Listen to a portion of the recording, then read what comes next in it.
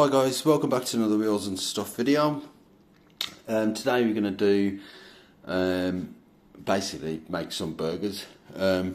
So I've got some lamb mince in there, about 1.5 kilos of it, and I've got some peppers, 3 big red chilies and a few bullet chilies. What I'm going to do is I'm going to give them a rinse and chop them up, and then put them in the mince and put some seasoning on.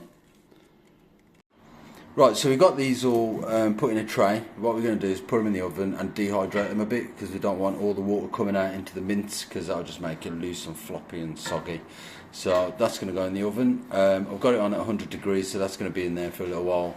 Not sure how long yet, but we'll find out when we take them out how long it's been. Right, so we've got 2 red onions and 2 regular kind of white onions. We're just going to chop them up and dice them up so that they're ready to put in there as well. I might just put those in the baking tray as well, just to dehydrate them a little bit, just basically to remove some of the water content. Right, so we've got 1 red onion and 1 white onion in there. I think that might be enough. I was going to do 2, but what I'm going to do is I'm going to put the other white onion and the other red onion in some goat meat. Never had goat meat, so basically that's going to be a bit of an experiment. So that's going in the pressure cooker at the moment. That's the goat meat in the pressure cooker with some water, and that's going to get cooked in the pressure cooker for, I don't know, probably about half an hour, 45 minutes, just to soften it up a little bit. Right, so we've got these things from Morrison's. We've got a ginger one and we've got a garlic one.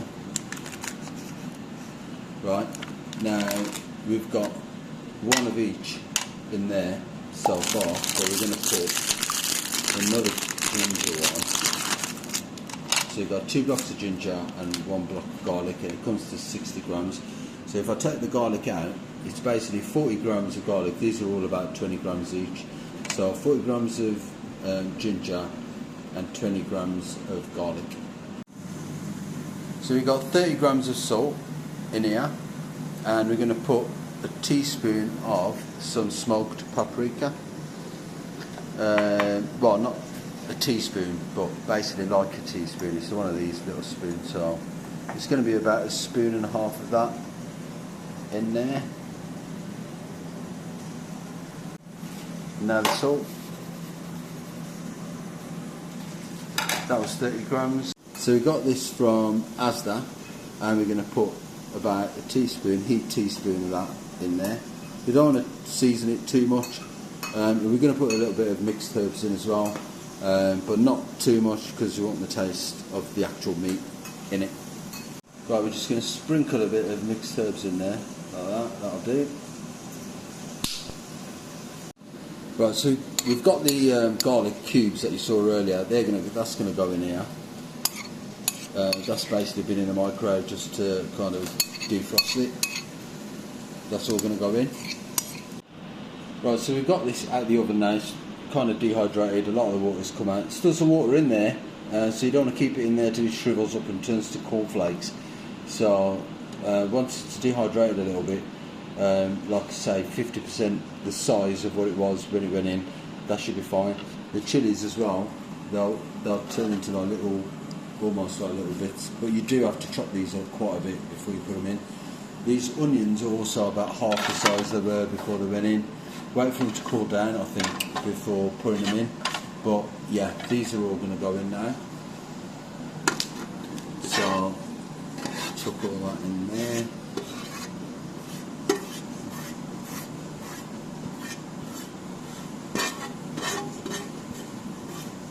You might have a sudden burst of air releasing from the pressure cooker in the background that the goat meat was put in, because that's still in there. I think that's going to be in there for about 45 minutes or so. So all that's in. Now we're going to put this stuff from the other tray in there.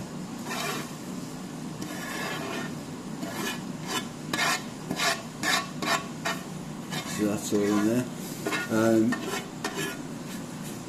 I'm not really an expert in burgers, but a lot of the resources that I've come across say not to kind of overwork the mixture. You just kind of mix it in, fold it in, and then that's it. You don't want to kind of overdo the handling of the meat. And yeah, so we're going to mix this quickly, and then we're going to pop it in the fridge for about half an hour-ish, just to kind of get the fat to kind of get up to colder temperatures. Right, so we're just finishing up putting some of this mix on the chopping board. This is a couple of centimetres thick, it's about an inch thick. It's probably going to shrink a little bit once it's on the grill anyway. I don't actually know what it's going to turn out like, but we're going to find out soon. Well, so if you get this little thing and do that, there we go. Let's see how that's turned out. Wonder how that compares to just doing it with my hand. It's just going to get my hand just covered in squidge, and then let's see. So if you just get a ball of it like this, squeeze it together, and then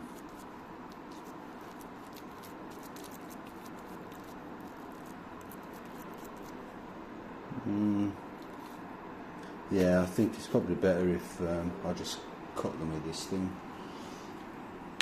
So we'll do a few of them like that.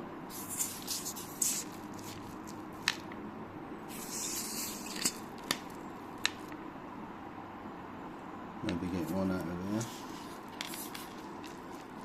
and then probably just put them straight on the grill or on a tray if you're putting it in the oven.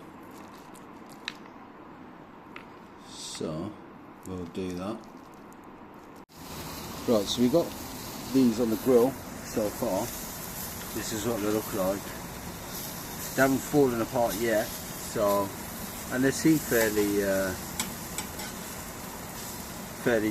like together, so they don't look like they're going to fall apart.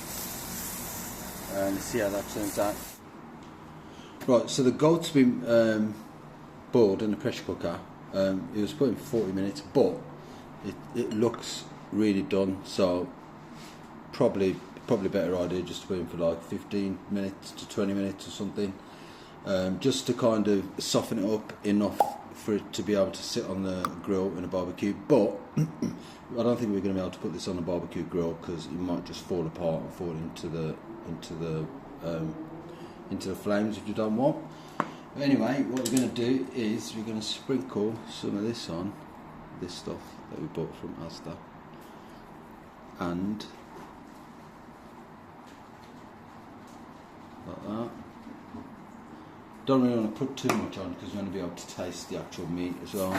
And some rock salt, sea salt even, and then just give it a mix. And I think what I'm going to do is I'm going to put this in the oven rather than on the grill in the barbecue. So, yep. Right, so these are done. That's what they look like.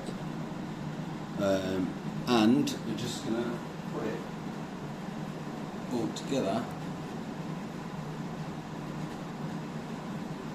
As you can see, I've already started eating, so just going to put a bit of burger cheese on, like that. Maybe get another burger, put that on top.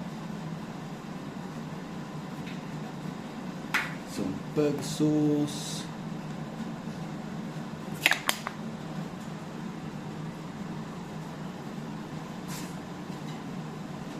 some extra hot chili,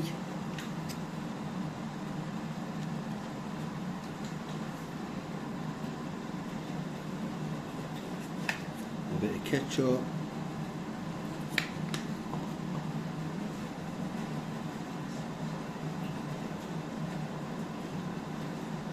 and a little bit of lettuce, and that's it.